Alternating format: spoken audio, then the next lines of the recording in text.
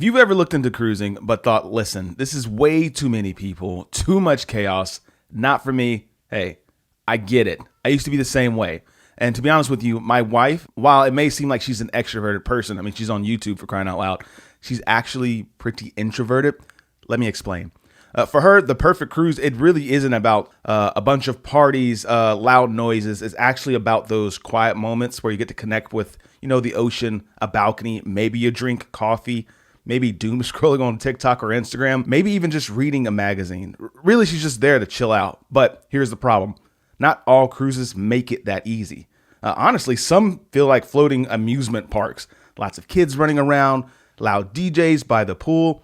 So in this video, I made this guide ranked by budget to help you find the most peaceful, introvert-friendly cruises out there. Okay, I'm going to break it up into a couple chapters, low budget range for some people, mid-range if that's okay, and then we'll break it out to the luxury, ultra luxury range, people that have a higher budget. And if you stick with me all the way to the end of this video, I'll also drop a sleeper pick for you. Sound good? So let's break it down like that Australian Olympic dancer.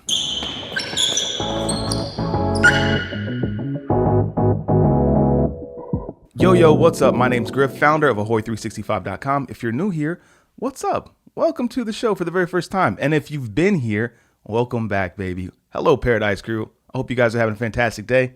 Let's jump into today's tips. Kicking things off with low budget range, let's talk about one of the best kept secrets in cruising. It's called the Yacht Club on MSC Cruises.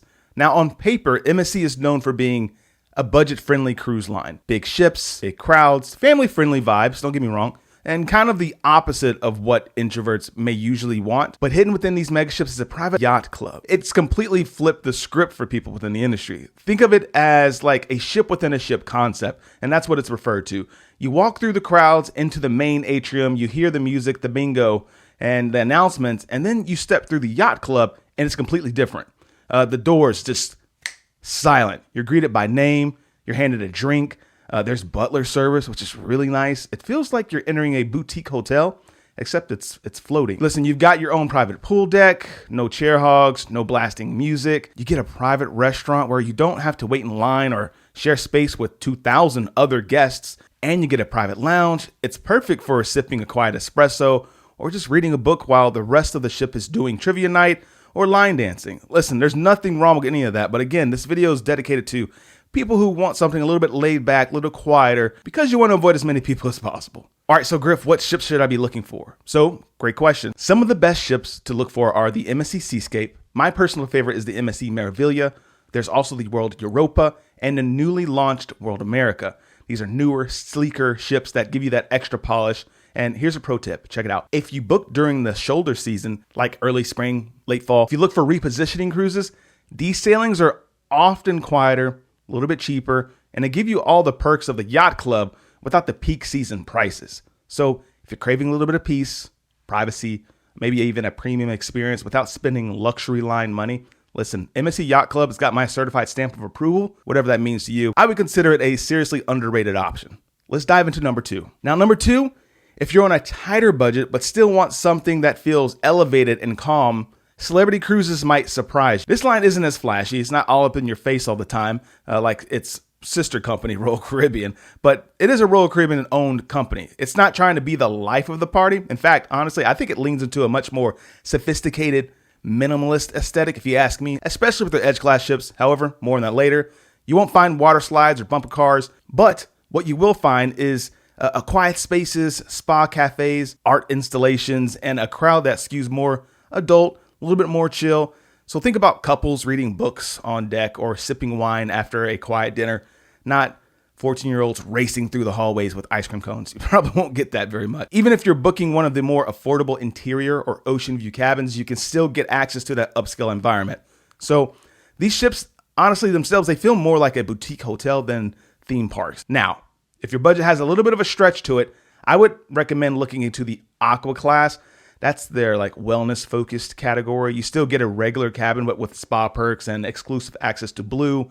It's like a serene, health forward restaurant with calming vibes and fewer people. But again, even with Aqua class, Celebrity's just a naturally peaceful experience. It's like the cruise line for people who want to cruise, but don't want to deal with cruising. I think that makes sense.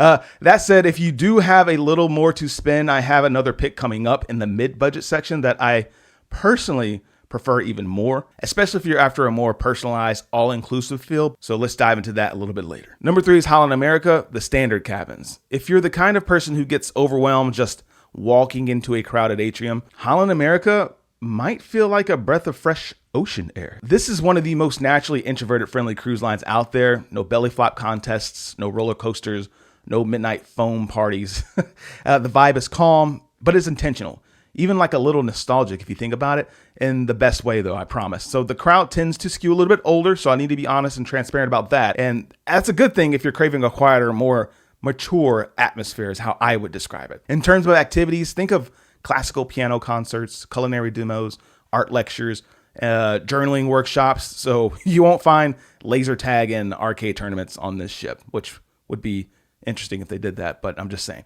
Anyways, they also have real libraries, not just like dusty shelf with 5 or 6 books. No, I mean like legit libraries. And if you like music, you'll find piano bars, jazz lounges that lean more into sipping scotch and singing Sweet Caroline at full volume. So if you're into that, that's more your speed. You want to check this one out. Even their standard cabins are laid out to be restful, not too flashy. And on some ships, they even offer solo cabins. So which is kind of rare to find in the cruise world these days, but I think they're getting better at it. Anyways, my point is it's a huge win for introverts, especially if you're traveling alone. And as far as itineraries, this is where Holland America shines, in my opinion, but I would love to hear people who've sailed with Holland America to write your comments in the comment section below so you can help some cruisers out. But they have routes like Alaska or Canada, New England, feel tailored for quiet reflection, misty fjords, charming coastal towns, wildlife spotting from your balcony. It's less about parties and more about presence, if you think about it. So if your ideal cruise sounds more like a floating retreat than a floating theme park, Holland America should probably be on your short list. Okay, so stepping into medium budget tier. If you're someone who likes the idea of a big ship, but wants absolutely nothing to do with the chaos, you need to know about the Haven. That's on Norwegian Cruise Line. Picture this. Close your eyes with me for a moment, if you will. All right. You're technically on one of the biggest ships in the world. Thousands of passengers. It's nothing like Royal Caribbean large ships, but still thousands of passengers, water slides, comedy clubs, karaoke bars. It's got the works, but you wouldn't know it because you're tucked away at the top of the ship in the Haven.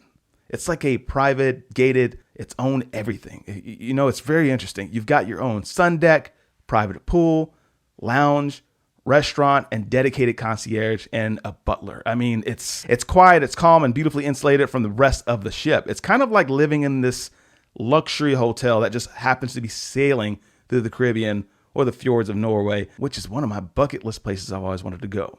Norway just looks super incredible. My point is, the best part, you still have access to the full ship, restaurants, the shows, if and when you want it, but you don't have to interact with the masses unless you actually choose to. My picks for ships are the Norwegian Prima, Viva, and Aqua. I do have a vlog on the Aqua here if you want to check out that video. It's really, really fun. But they're built with like a sleek, modern design, and the Haven suites feel high-end without being too flashy. And a little bonus if you're still here with me, Norwegian also offers studio rooms designed just for single passengers with access to a private studio lounge, another great option for introverts who prefer peace and privacy without paying double. If you want both the amenities of a big ship and the calm of the premium hotel, the Haven, however, is one of the best value for comfort plays out there, if you're asking me. But let's dive into number 5, continue on. Celebrity cruises. Big fan of celebrity cruises. They're in this list twice for a reason. So this is specifically the retreat suites, okay? If you like the calm, the minimal vibe of celebrities' main cabins that I mentioned earlier, wait until you experience the retreat. This is where celebrity quietly flexes its luxury premium muscles, if that makes sense. It's designed to feel like you are in a resort within a resort. Hopefully that makes sense. You're getting more than just a bigger room, although yes, you are. The suites themselves are beautifully designed with tons of natural light, spa-like bathrooms, and private verandas. It's gorgeous. But what really sets the retreat apart is the exclusivity and the quiet that you get with it. You have access to Lumine. It's an exclusive restaurant that honestly feels like dining in a 5-star boutique hotel. Lines, no buffet buzz, just intimate, attentive service. There's also a private retreat lounge, which I love, where you can relax, sip, drink, read, work without the crowds. And then there's the Retreat Sun Deck. It's a tranquil space with plush loungers, no fighting over deck chairs. It's the perfect blend of introvert and luxury. There's hot tubs. It's really nice. Anyways, you get full access to the ship's amenities, the spa, the dining, the entertainment, but you always have that peaceful private zone to retreat back to. I did experience a celebrity retreat. If you want to check out that video at the end of this one, you can, or I'll try to plug it right here a little bit later. But the best ships for this are, in my opinion, the Edge, Beyond, and Ascent. There's Celebrity's newest class. It's the Edge class ships, and their design is just clean, modern, and incredibly well thought out. No neon lights, no noise pollution, just calming, elegant architecture, which I'm into. Anyways, if you're an introvert with a medium budget and a taste for premium experiences, the Retreat is about as good as it gets. So let's dive into number 6. Number 6 is Virgin Voyages XL Sea Terrace or Rockstar Suites. Virgin Voyages is one of the newest players in the cruise game, and honestly, they're doing things completely different. First off, again, no kids, none, zero. The entire ship is adults only, which makes a huge difference in the energy on board. No screaming in the hallways, splashing at the pool. It's just peaceful grown-up cruising, to be honest with you. Now, let's just talk rooms for a bit if I can. Even their base level cabins feel fresh, modern, but if you're introvert inclined, you'll want to look at the XL Sea Terrace or the Rockstar Suites, okay? The XL Sea Terrace gives you a spacious room with a hammock on your private balcony. Yes, a real hammock. It's kind of cool, which is probably the most introvert perfect place to sip, drink, and just scroll on your phone as the ocean rolls by. But you also, if you have more money to spend, a bigger budget, the Rockstar Suites are where things get really interesting, okay? You get access to a personal assistant, exclusive access to Richard's rooftop. That's a private sun deck with a chilled, clubby vibe. It's neat. And front of the line access for the shows, dining, etc. So no crowds, no waiting. It's pretty legit. But here's what I love the most. The ship is loaded with quiet zones like the dock house, a chill Mediterranean lounge with day beds, low music, and some really good ocean views. You can order the Greek food and just exist for hours. And while Virgin does have a cool, edgy brand with the tattoo studios and neon lighting, it's surprisingly chill. I mean, there's no pressure to party. You can be as social or as solo as you want. You won't have to feel the pressure of people selling to you. There's no announcements on board besides welcome to the ship and goodbye from the ship. It's pretty neat. Anyways, for introverts who enjoy good design, thoughtful food, and calm luxury with a splash of personality, I think Virgin Voyages hits a very unique sweet spot for people. Let's cruise to the next one. Viking Ocean Cruises. Listen, if there was a cruise line designed specifically for introverts, I believe it would be Viking Ocean Cruises. This is what I call intentional serenity. So Viking doesn't just feel quiet, it feels thoughtfully quiet. From the moment you board, everything about the experience is designed to lower your heart rate. First of all, no kids allowed. That immediately sets the tone, to be honest with you. There are no casinos, no loud announcements, no onboard sales pressure. You'll never be interrupted by bingo calls or poolside contests. It's refined. It's elegant. It's minimal.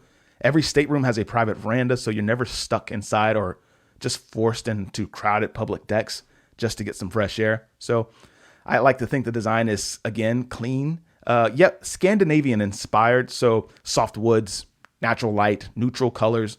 One of my favorite features, just looking at it, is the spa. It's complimentary, which includes a thermal suite with a snow grotto, heated loungers. And they do project some really good spa vibes, okay? And you don't have to pay extra to relax there. So dining is peaceful. It's elevated. You won't find massive buffets or theme nights. Instead, you get calm, curated menus and restaurants that feel like boutique hotel bistros. And the onboard programming / entertainment, think of it as TED-style talks, if that makes sense, cultural documentaries, enrichment classes, perfect for introverts, if you ask me, who want to just learn while they lounge.